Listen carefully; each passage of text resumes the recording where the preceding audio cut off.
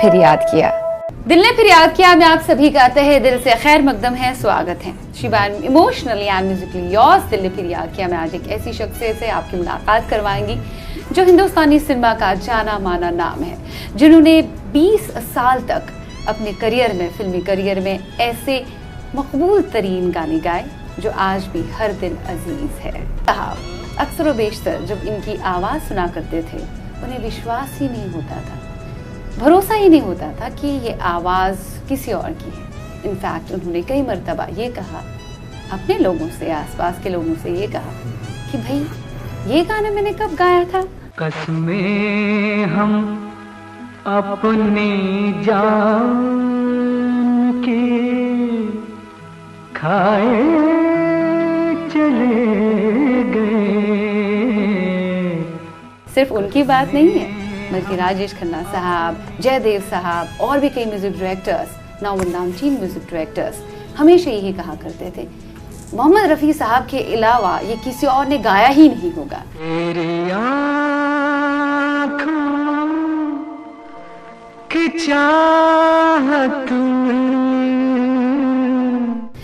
इनकी आवाज़ मोहम्मद रफ़ी साहब से इस कदर मेल खाती थी कि मोहम्मद रफ़ी साहब भी इनकी आवाज़ के दीवाने हुए थे, कायल हुए थे। शायद इसकी वजह से इन्हें काफ़ी कुछ सहना भी पड़ा था, शायद आप पहचान गए होंगे।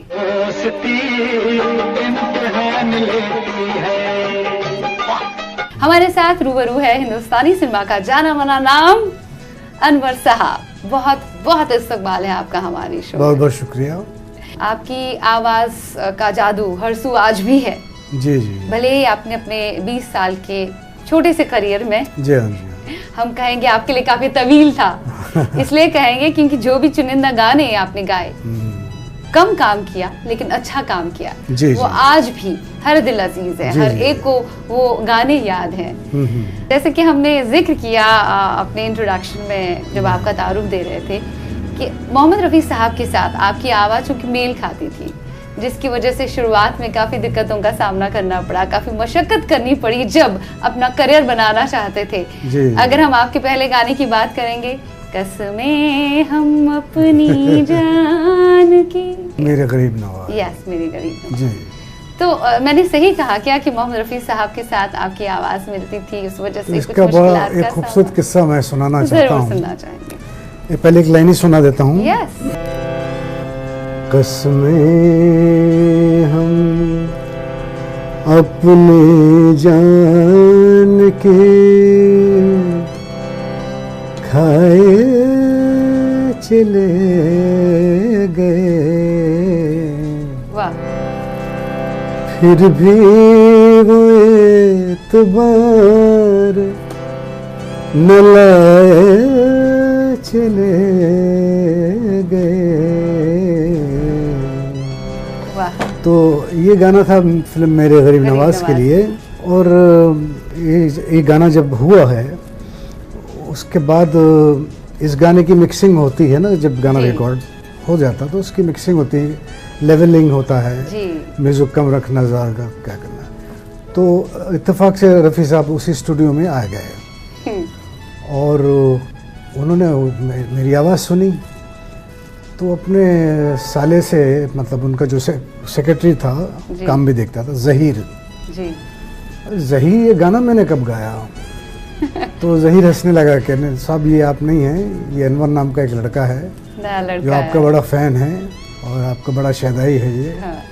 तो उसने ये गाना गाया है। बड़ी अच्छी आवाज़ है और आवाज़ भी मिलती बहुत है। हाँ। बहुत मिलती जुलती आवाज़ है। तो आपसे मुलाकात करी उन्होंने? हाँ, मैं तो उनके एक दफ़ा दौलत खाने में गया था, तो वहाँ दरबान से मैंने बोला कि तब तक ये गाना रिलीज़ हो चुका था, बज रहा था रेडियो से, कसमें हम अपनी जान की खाए चले गए। तो मैंने दरबान से कहा, वॉचमैन से, कि साहब से बोली कि अनवर आए मिलने के लिए। वो ईद का दिन था जी, और उनसे मिलने के लिए उनके बेटे जो लंदन में थे जी, वो मिलने आए थे, वो भी बैठे थे और भी एक दो मेहमान थे। तो आप यकीन करेंगे कितना बड़ा आदमी मुझे रिसीव करने के लिए दरवाजे पे आए, गेट तक आए और अपने बेटों से और दोस्तों से बोलने लगे ये अनवर है। और लोग कहते हैं कि ये मेरा बेटा है, मेरी तरह गाता है। मैंने बोला नहीं अफसर, मैं तो आपके कदमों की धूल भी नहीं हूँ। नहीं नहीं नहीं नहीं, बहुत अच्छा गाते हो, आइए अंदर चलते हैं। इतना उन्होंने कहा कि मेरे पैर कांपने लग गए। मैं डर गया, नर्वस हो गया। मैंने बोला कहीं इन्होंने बोला कि चाय पीना है तो मेरे हाथ तो कांपेंगे, मैं चाय भी नहीं पी पाऊँगा। तो मैंने बोला मैं चलता हूँ, आपको देखना था। तो ऐसे फिर गले से लगाया उन्होंने और मुझे दुआएं दी। फिर इस तरह से मेरी मुलाकात उनसे हुई। मतलब उस वक्त नहीं हुई जब आपका गाना उन्होंने सुना था, हाँ। बाद में हुई, घर मिलने गए थे। जी जी। हम बात ये कर रहे थे कि रफ़ी साहब की आवाज़ के साथ आपकी आवाज़ मिलती जुलती थी, उस वजह से काफ़ी मुश्किलात का सामना करना पड़ा आपको। ये आपका गॉड गिफ्टेड था, ऊपर वाले की देन थी। जी। आप इसमें कुछ नहीं कर सकते। कई लोगों ने इनफैक्ट आपसे ये भी कहा था कि आप अपनी आवाज़ बदलो। एक मोहम्मद रफ़ी साहब तो ऑलरेडी हैं, दूसरे मोहम्मद रफ़ी साहब कैसे हो सकते हैं? अमीन साइनी साहब मुझे बहुत समझाते थे, आवाज़ चेंज करो और बदलो, उनमें क्या पंजाबीपन है, वो उसको हटा के वैसे गाओ। मैं बोला मैं भी तो पंजाबी हूँ। क्योंकि रफ़ी साहब भी पंजाबी तो थे। जब मैं छोटा था, जब मैं गाता था, हाँ। तो स्कूल के जो मेरे दोस्त होते थे कहते थे यार तेरी आवाज़ तो रफ़ी से मिलती है। तो मैं बड़ा शौक हो गया और खुश भी हुआ कि मेरी आवाज़। तो फिर मैंने तय कर लिया कि मुझे एक दिन रफ़ी साहब जैसा बनना है। अच्छा, तो ये वजह थी जी, जिसकी वजह से आप फिल्मी दुनिया में आ गए? जी नहीं, फिल्मी दुनिया में मैं आया हूँ कमल राजस्थानी की वजह से। जी जी जो मूसीकार थे जी। और मेरे बड़े अच्छे दोस्त थे, जी। वो मुझसे काफ़ी गाने गवाए करते थे, रिहर्सल वगैरह कराते और मुझे एक्सप्रेशन बताते थे कि ये एक्सप्रेशन होते हैं, ऐसे गाना चाहिए, ऐसे गाना। जैसे आप जिक्र कर रहे थे कमाल राजस्थानी साहब की वजह से आप फिल्म में आए, आप किसी कॉन्सर्ट में गा रहे थे तो उन्होंने आपकी आवाज़ को पहचाना था, नोटिस किया था, तो तब वो आपको फिल्म में लाए। उन्होंने ये गाना दिया मुझे, कसमें हम अपनी जान की। इस गाने के बाद भी मुझे बहुत स्ट्रगल करनी पड़ी। तो कई लोग म्यूजिक डायरेक्टर बोलते थे रफ़ी साहब तो हैं, फिर आपको हम क्यों लेंगे। और उस वक्त मेरे लिए बहुत बड़ा चैलेंज ये था कि रफ़ी साहब हैं, महेंद्र कपूर साहब हैं, मन्ना डे साहब हैं और भी तलत साहब भी थे। जी जी। महेंद्र कपूर साहब जिनका आपने जिक्र किया, मन्नाडे साहब जिनका आपने जिक्र किया, इनके गुरु भी सेम रहे हैं जो आपके गुरु रहे हैं, जिनसे आपने क्लास की मौसीकी सीखी थी। जी जी, सही है ना? जी, सभी को सही है। यस। फिर मायूसी की बात आप कर रहे थे। तो फिर क्या हुआ कि मेरे गरीब नवाज में अनवर अली काम कर रहे थे जो महमूद के भाई हैं। जी। तो उन्होंने बोला तू एक काम कर। मैं बोला बोलो भाई। तू जा भाईजान के पास, महमूद को भाईजान बोलते थे, महमूद साहब को, उनके पास जा, वो देख शायद तेरी कुछ हेल्प करें। तो मैं उनके पास चला गया। तो उन्होंने गाना सुना, तो सुन के बोलते तेरी आवाज़ रफ़ी भाई से मिलती है। वो रफ़ी भाई बोलते थे। जी। अच्छी बात है। अभी मैं तो बना रहा हूँ कुंवारा बाप जी, अपने प्रोडक्शन तले बना रहे थे। तो इसके बाद मैं बना रहा हूँ जनता हवलदार, उसमें मैं तेरे को गाने दूंगा। तो वो बनने में 2-3 साल लग गए। तो मैं उनके साथ साथ रहता था क्योंकि उनकी कंपनी मुझे बहुत पसंद थी, हंसाते बहुत थे, कॉमेडी के उस्ताद थे। तो वो भी मुझे लाइक करते थे बहुत ज़्यादा। तो उनके साथ साथ मैं रहता था। तो सब वक्त गुजरता गया। क्योंकि आपके अंदर भी थोड़ा वो कॉमेडीपन है, मजायापन है, इसलिए जोड़ी खूब जम गई। कोई ना कोई होता है ना लाइफ में जिसके साथ आपकी थिंकिंग जम जाती है, वो एक वाइब मिल जाता है। फिर क्या हुआ कि वो पिक्चर कंप्लीट हो, उस बीच में मैं लोगों से मिलने लग गया था, लक्ष्मीकांत पैडल, कल्याण जी भाई, किसी ने मुझे मौका नहीं दिया। और जब महबूब साहब का गाना मैंने जब ये गाया, एक दो बोल सुनाता हूँ। तेरे आँखों की चाहत में तो मैं सब कुछ लुटा दूंगा, मोहब्बत कैसे की जाती,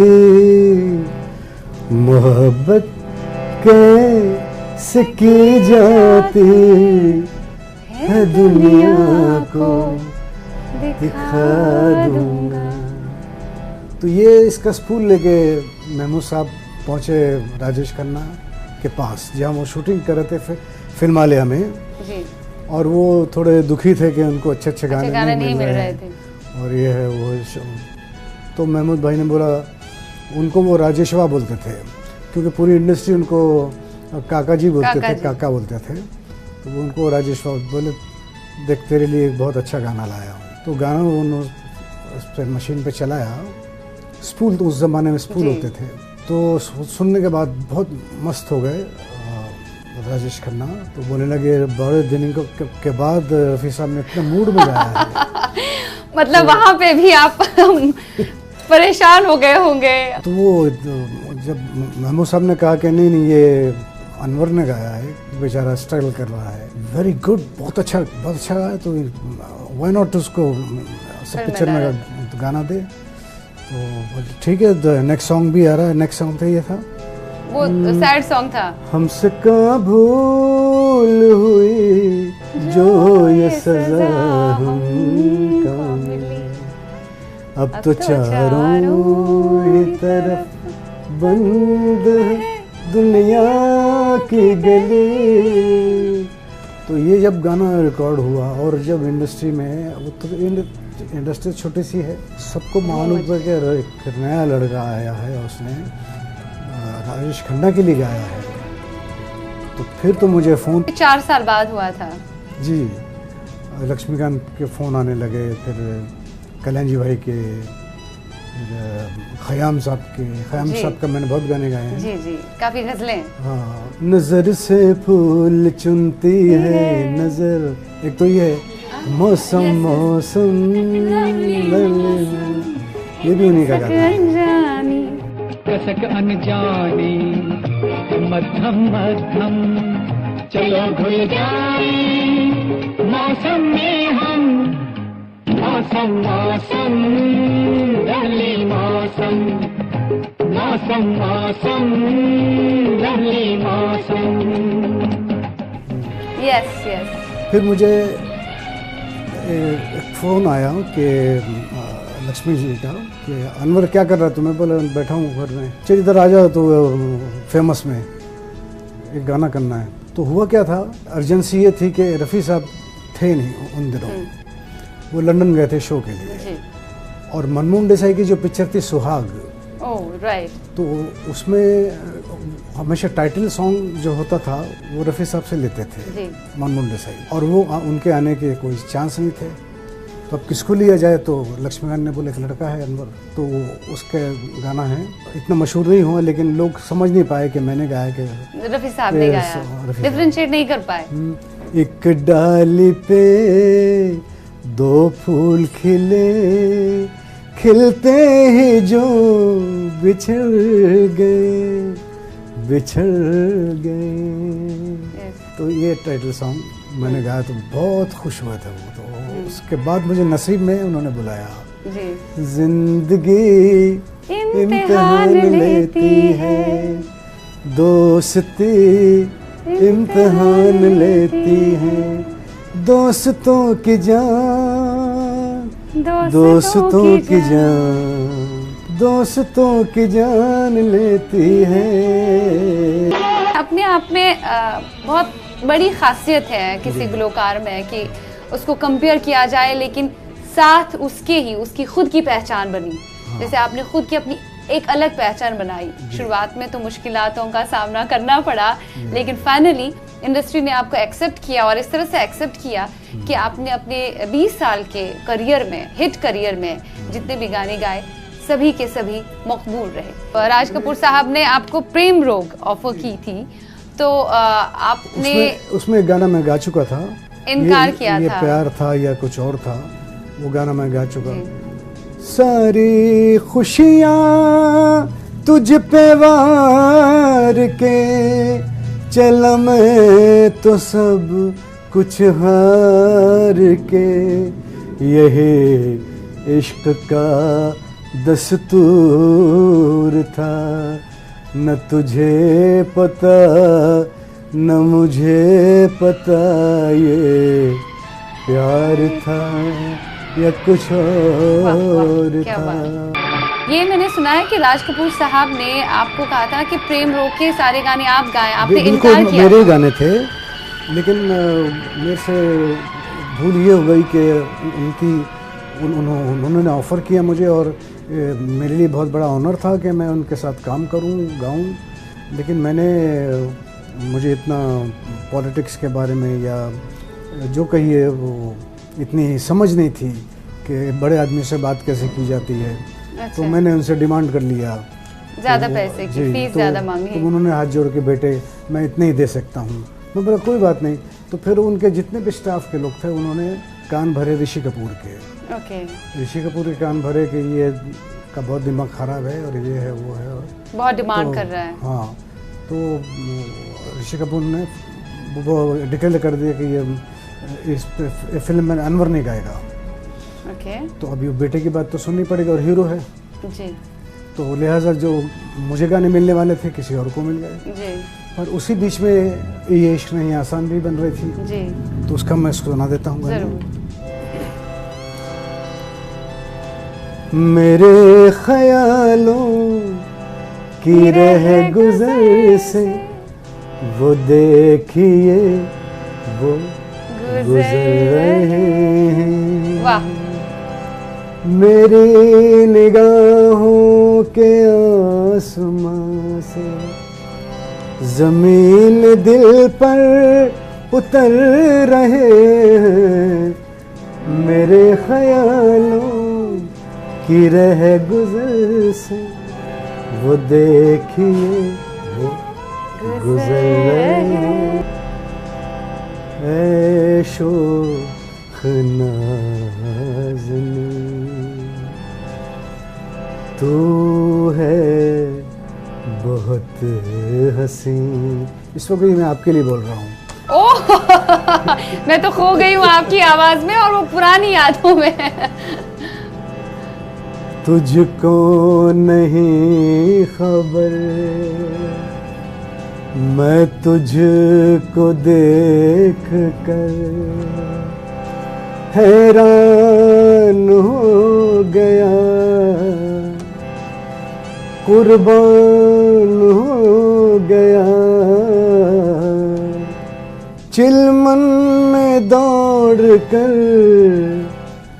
तू छुप गई मगर तेरे हिजाब ने मुझे शायर बना दिया। वाह, शायर बना दिया। कमाल है। आपको नहीं लगता आप बहुत ही ज्यादा फॉर्चुनेट रहे हैं, बहुत ही लकी रहे हैं, खुशनसीब रहे हम कहेंगे कि आपको गजलें गाने का मौका मिला, क्योंकि उस वक्त गुलकार को गजलें गाना या गजलें मिलना मुश्किल था, क्योंकि उस दौर में जगजीत सिंह साहब हमारे सामने थे, तलत अजीज साहब हमारे सामने थे, पंकज उदास साहब हमारे सामने थे, और बप्पी लहरी के जो बप्पी लहरी पॉप सॉन्ग्स है जी, वो बहुत पॉपुलर थे। आइटम सॉन्ग्स, बप्पी दा के गाने, उसमें आपकी गजलें आती थी तो ना ही मोड़ आता था, ना ही रौनक आ जाती थी फिल्मों में। आप यकीन करेंगे, आप लकी रहे हैं बहुत कि जब भी मैं ऑडियंस के पास सामने होता हूँ तो ये सब गाने की फरमाइश होती है, और मैं जितने मैं सोचता हूँ कि ये इनको मेरे गाने, अब जबकि वो मेरे से आधी उम्र के हैं या लड़के नौजवान हैं, उनको ये गाने सब कैसे याद होते समझ में नहीं आया मेरे। एक गाना था, मोहब्बत अब तिजारत बन गई है, तिजारत अब मोहब्बत बन गई है। इस गाने ने तो काफी धूम मचाई थी। आज भी जवान दिलों की धड़कन है ये। जी। कोई बेचारा इश्क और मोहब्बत में परेशान, बेवफाई के दौर से गुजर रहा हो, इस गाने को गाते रहते हैं। बिल्कुल। खैर, इस वक्त हमें अपनी गुफ्तगू को थोड़ा सा ब्रेक देना पड़ेगा, लेना पड़ेगा अनवर साहब एक छोटा सा ब्रेक। लेकिन ब्रेक के बाद जब हम हाजिर हो जाएंगे, हम कई सारी बातें आपसे जानने की कोशिश करेंगे और भी आपके बीते लम्हों में आप हमें लेके जाएंगे। फिलहाल के लिए एक छोटा सा ब्रेक, मिलते हैं इस वक्फे के पार। आप देखते रहिए दिल ने फिर याद किया। ब्रेक के पार दिल ने फिर याद किया। मैं आप सभी का तहे दिल से खैर मकदम है, स्वागत है। आज हिंदुस्तानी सिनेमा का जाना माना नाम हमारे सामने अहम हिस्सा बना हुआ है, जो बीते लम्हों में हमें लेके जा रहा है और अपनी यादें हमारे साथ ताज़ा कर रहे हैं। वो है हमारे रूबरू अनवर साहब। बहुत ही अच्छा लग रहा है आपके साथ बात करते हुए। इनफैक्ट हमारे अक्सर और बेशतर जो व्यूअर्स हैं, नाजरीन, उनकी हमेशा से यही इल्तिजा रहती थी, दरख्वास्त रहती थी कि अनवर साहब को प्रोग्राम में बुलाया जाए, थोड़ी यादें उनके साथ ताज़ा की जाएं। अब देखिए, इतने साल हो गए, आपने चुनिंदा नगमे हिंदुस्तानी सिनेमा में गाए जो आज भी नौजवान दिलों की धड़कन बने हुए हैं और आज भी नौजवान दिलों को आप बहुत याद है। जी हाँ, खासतौर पे वो जो मोहब्बत तिजारत बन गई है, मोहब्बत अब तिजारत तो बन गई। जितने टूटे दिल के लड़के हैं वही गाना सुनते हैं। अधूरी सी मोहब्बत जिनकी है जो मुकम्मल नहीं हो पा रही है, जी। वो इस चक्कर में शायर बन गए हैं।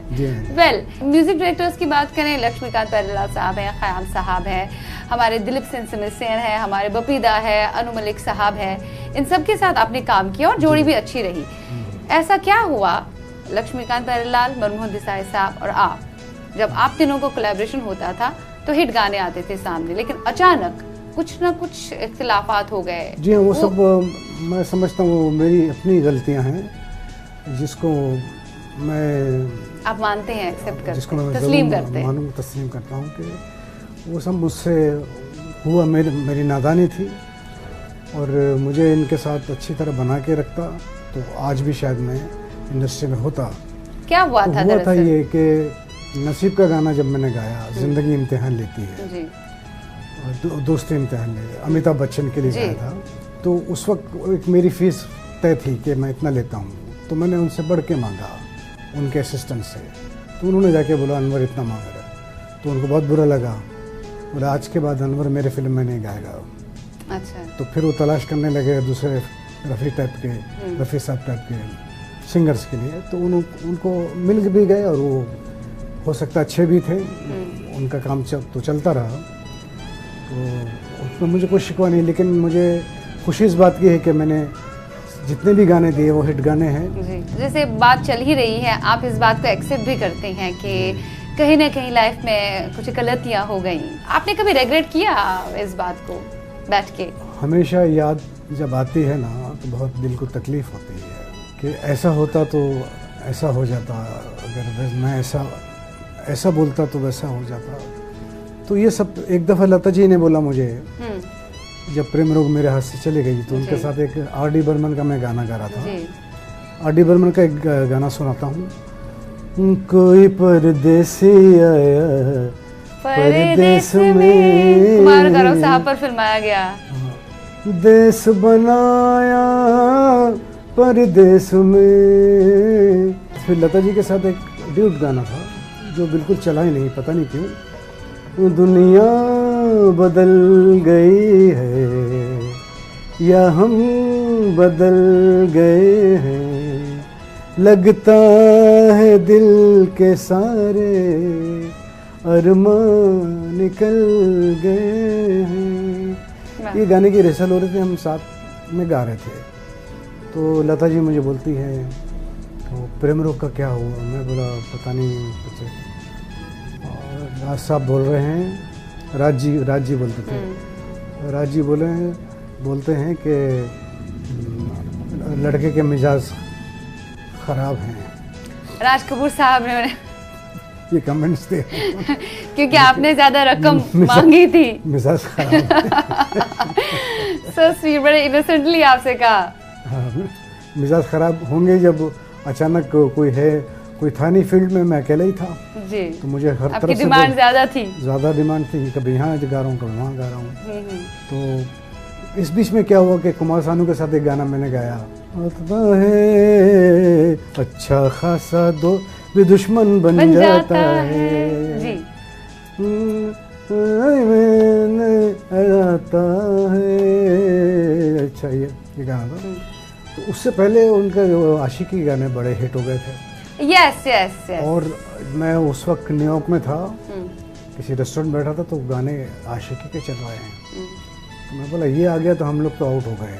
अच्छा, मैंने ये भी सुना है, हाँ, जैसे आपने जिक्र खुद ही किया इस बात का कि जब कुमार शानू का दौर शुरू होने लगा, आशिकी तो के हिट गाने हुए, सारे रफी वाले सिंगर बैठ गए घर में। आप खुद ही चले गए थे न्यूयॉर्क? मैं तो खुद ही चला गया, मैं वहाँ।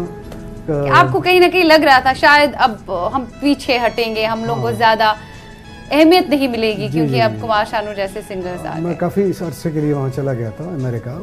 उस बीच आपको नहीं लगा जब कि मैं वापस वापस जाना आया तो चाहिए? अभी एक गाना एक और किस्सा सुना रहा हूँ। आनंद बख्शी एक साथ मेरी अच्छी ट्यूनिंग थी, जी। अच्छी दोस्ती थी। जी वो हमारे घर आते जाते थे और वो खाने वाने के बड़े शौकीन थे। जी। तो हमारे यहाँ खाना तो हमेशा अच्छा बनता है। उनको एक दिल में था कि अनवर को एक फिल्म दिलानी है। उस वक्त सोनी महिवाल बन रही थी, किसको गाना गवाना चाहिए, तो अन्नू मलिक तो शबीर कुमार के फेवर में थे, शबीर कुमार। तो बख्शी जी ने बोला, आनंद बख्शी ने, चलो मैं आपको कुछ सुनाता हूँ। तो उन्होंने मेरा गाना सुनाया जो मैंने हीर रांझा के लिए गाया था। रब ने बनाया तुझे मेरे लिए, मुझे तेरे लिए, एक बना के दो टुकड़े किए, दिल तड़पाया तेरा वाह मेरे लिए। तो ये उन्होंने गाने सुनाए तो डायरेक्टर प्रोड्यूसर बोले, वाह क्या बात है, तो इसी से गाना लीजिए आप, देखो क्या गाया है। तो अन्नू मलिक साहब चुप हो गए। तो ये गाना जब मेरा रिकॉर्ड हुआ, सोनी मेरी सोनी Yes. सोनी सोनी और मेरी नहीं बात का। कोई हो, याद तेरा नाम लेता हूँ, रब मुझे माफ करे। तो ये जब गाना हुआ, सनी देओल और पूनम पूनम ढिल्लों ढिल्लों। चलाएंगे। ये गाना जब हुआ रिकॉर्ड तो कल्याण भाई के ग्रुप में मैं गाता था और अमिताभ के शो करते थे जी अमेरिका, लंदन, यूके, जब हुई मिडिल ईस्ट और कनाडा।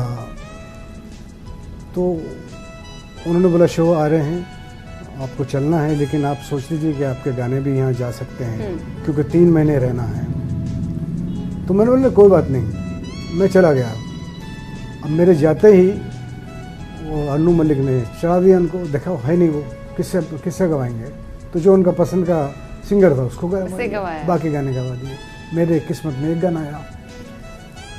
कल्याण भाई ने भी मुझे अच्छे गाने दिए, जैसे कि विधाता, विदादा के इसमें दिलीप कुमार तकदीर है क्या मैं क्या जानूं, तकदीर है क्या मैं क्या जानूं, मैं आशिक हूँ तकदीरों का। हाथों की। आप तो बड़ा अच्छा गाती हैं, मेरे साथ ड्यूट क्यों नहीं गाती हैं आप? आपके गाने इतने लोकप्रिय, इतने मकबूल है, एक एक गाना मुझे याद है और दिल के करीब है।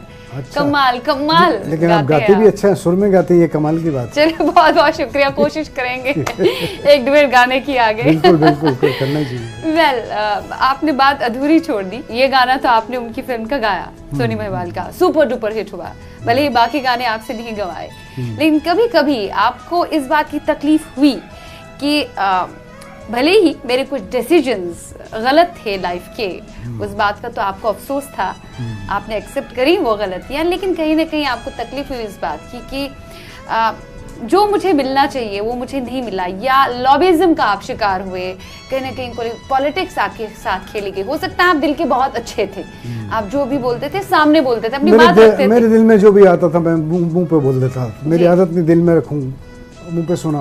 आप ऐसे आदमी हैं, वैसे आदमी, जो भी बोलना जिसको। आपको लगता है कि ज्यादा ब्लंट होना आपको वो तकलीफ दे गया? बहुत बुरा है, अच्छा नहीं है। ऐसे तो कई लोगों के करियर इसी तरह खराब हो गए हैं। बट कहीं ना कहीं दिल के तो आप साफ थे ना। वेल लेकिन खुशी इस बात की है कि जितने भी गाने आए हैं वो सब लोगों को याद है, आपको याद है बहुत ज्यादा। और सबको याद है, तो मुझे ये अच्छा लगता है। एक गाना हो जाए उसके बाद हम एक और ब्रेक ले लेते हैं, उसके बाद हाजिर हो जाएंगे। फिलहाल मैं चाहती हूँ एक गजल आप हमारे सामने रखें। कहाँ जाते हो रुक जाओ, तुम्हें मेरी कसम देखो, मेरे बिन चल नहीं पाओगे जानम, 2 कदम देखो। वाह क्या बात। कहाँ जाते हो रुक जाओ। जितने भी ये गाने आपने गाए, आपने तो बहुत जी जान से वो गाने गाए, तभी वो हिट हुए। और आपके गाने जो भी आपको मिले, आप इतने खुशनसीब थे, उनकी शायरी कमाल की थी। जी जी। जबकि उस दौर में ऐसे भी गाने बनते थे, ढिंचक वाले गाने, जितेंद्र और श्रीदेवी पर फिल्माए गए उन दोनों के गाने, जयप्रदा पर फिल्माए गए उन दोनों के गाने। सो वो एक दौर ही ऐसा था, बिल्कुल अलग था, डिस्को वाला दौर था वो, जो बीच में अचानक वो 80s 90s का दौर आ गया, जिसकी वजह से शायरी फिल्मों में धीरे धीरे खत्म हो गई, लेकिन उसी बीच आपको अच्छी गजलें गाने का मौका मिला।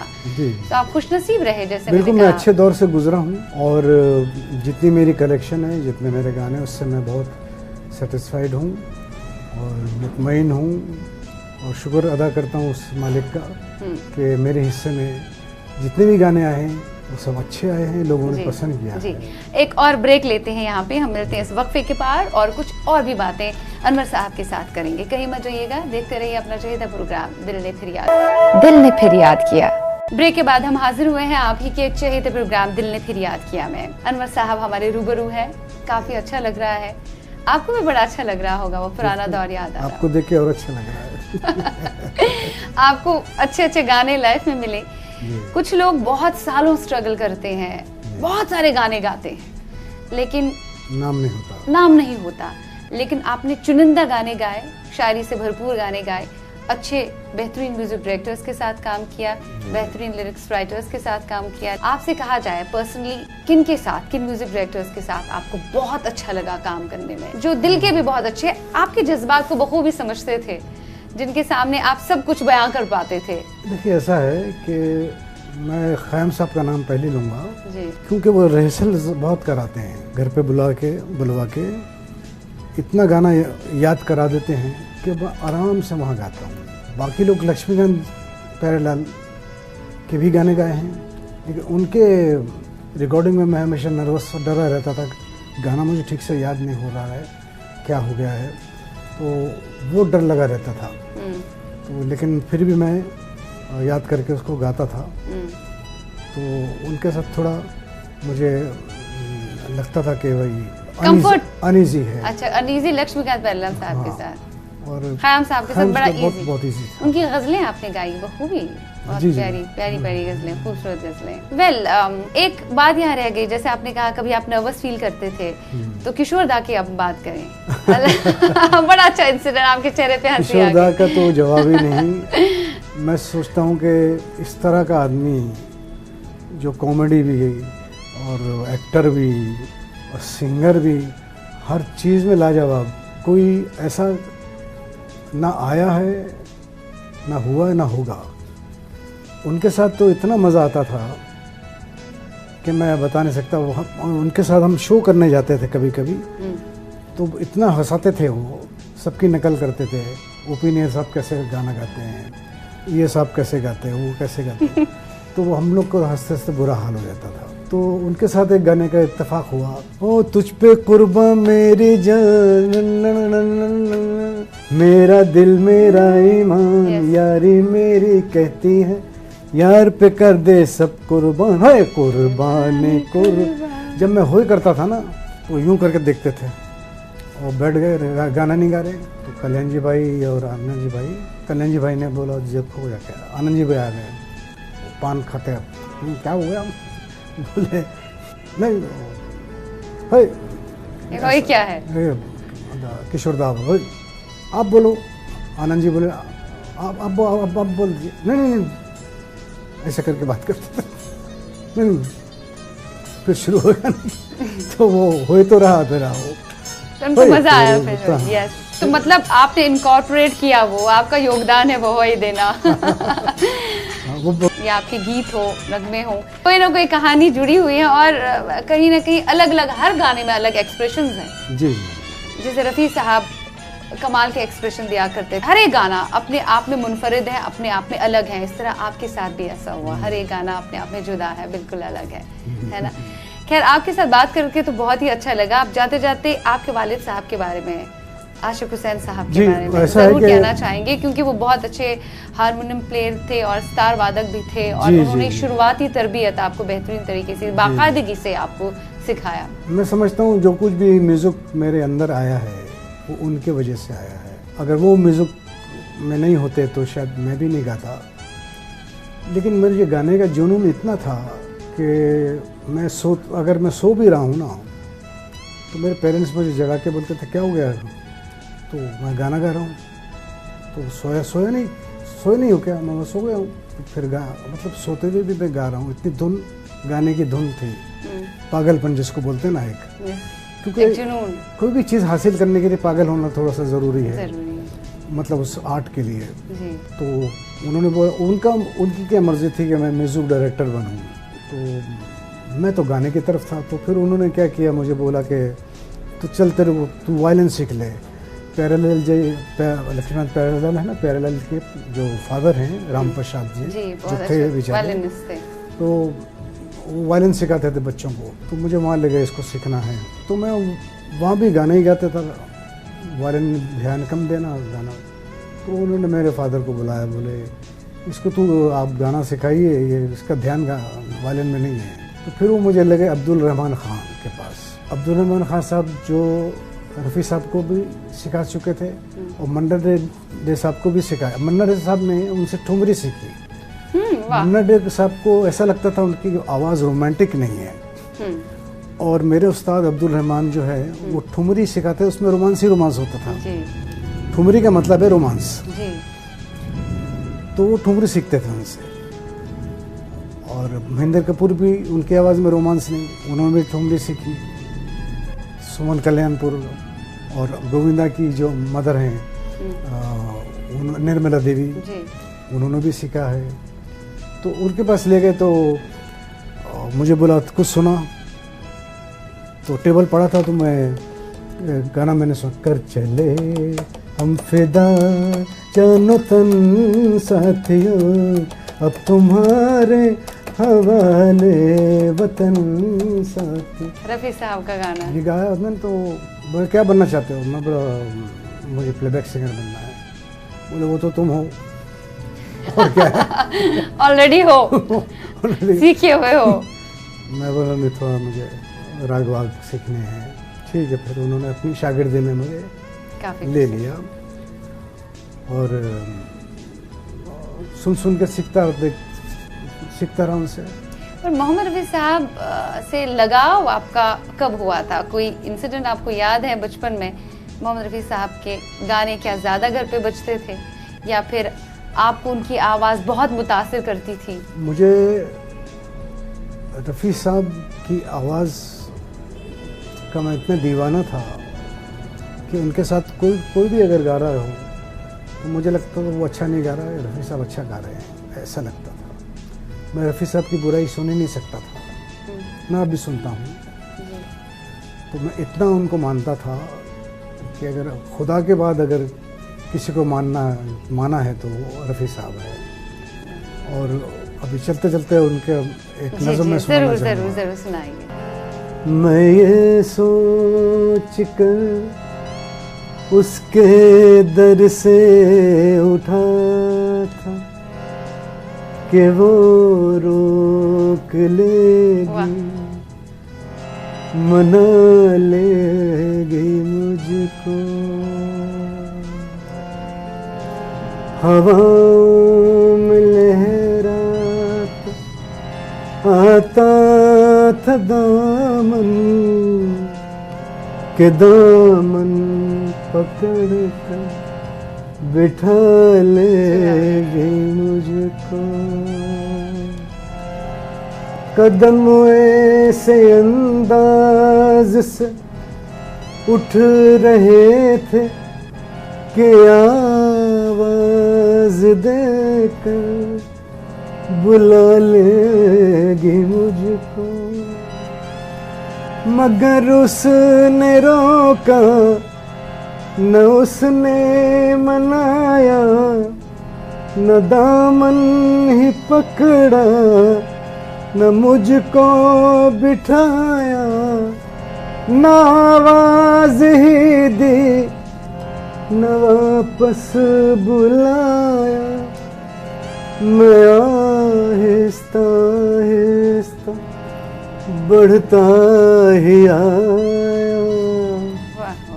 यहाँ तक कि उससे जुदा हो गया मैं जुदा, वाह वाह, हो गया खूब। मैं। बहुत अच्छा लगा। मोहम्मद रफ़ी साहब के इस कदर आप शेदाई थे, इतनी मोहब्बत उनसे करते थे आप, जी जी कदरदान थे कि आपने अपने अंदर पूरा मोहम्मद रफ़ी को समो लिया। भले ही उसकी वजह से आपको काफ़ी तकलीफ सहनी पड़ी। तकलीफ ये कि जो गाने मैंने गाए बोलते नहीं, आपने नहीं, रफ़ी साहब ने गाए। जब लोग और जब वो क्या बोलते हैं यूट्यूब वगैरह आया, तब नाम आने लगे, तो तब बोला अरे ये तो अनवर है। तब जाके जो मोबाइल का ज़माना आया, तब जाके और मेरा नाम हुआ। हाँ बिल्कुल सही। बहुत अच्छा लगा आपके साथ बात ये करते मुझे हुए। भी बहुत अच्छा लगा। रफ़ी साहब के बारे में भी बातें होंगी, आपके पुराने दौर में आप हमें लेके गए। आपको लाइफ में ज़रा सा अफसोस हुआ कि नहीं बातों का, मैं चाहती हूँ आप बिल्कुल अफसोस ना करें, आपके कदरदान दुनिया में बहुत ज़्यादा है। जो भी होता है अच्छे के लिए होता है जी जी ना। बहुत अच्छा लगा आपके साथ बात करके। बहुत अच्छी बात। Thanks a lot. You are great, आप बहुत ग्रेट हैं। थैंक्स अ लॉट, बहुत बहुत शुक्रिया। फिलहाल आज के प्रोग्राम में इतना ही। उम्मीद करती हूँ आज का दिल ने फिर याद किया आपको बेहद पसंद आ गया होगा। लिखना चाहते हैं तो ज़रूर लिखिएगा अनवर साहब के बारे में, बिल्कुल shiva.lateef@nwatn.com पर। फिलहाल के लिए इतना ही। अपना ध्यान रखिएगा, अच्छी मौसीकी सुनने के आदी हो जाइएगा। मौसीकी हमें बहुत कुछ सिखाती है। खुदा हाफिज़, बाबा फना।